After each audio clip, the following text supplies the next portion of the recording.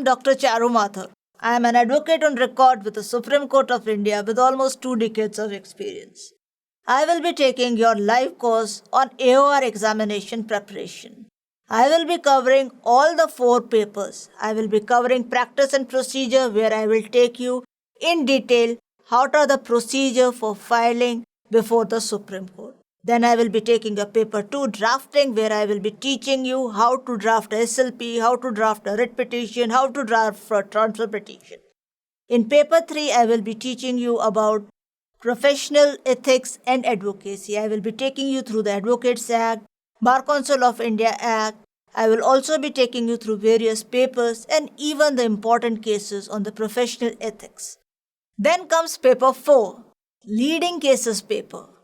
As per the last syllabus, there are 64 cases which you are supposed to cover. I will be taking you through each one of these cases. I will try and organize webinars on each of these cases so that you have basic understanding of each cases. At EBC Learning, we will be providing you access to the B.R. Agarwala's book on practice and procedure. We will also be providing you access to all the cases which will be as the leading cases or otherwise that you must read. Apart from that, we will be also providing you various bare acts that are relevant for this examination. Hope to see you soon.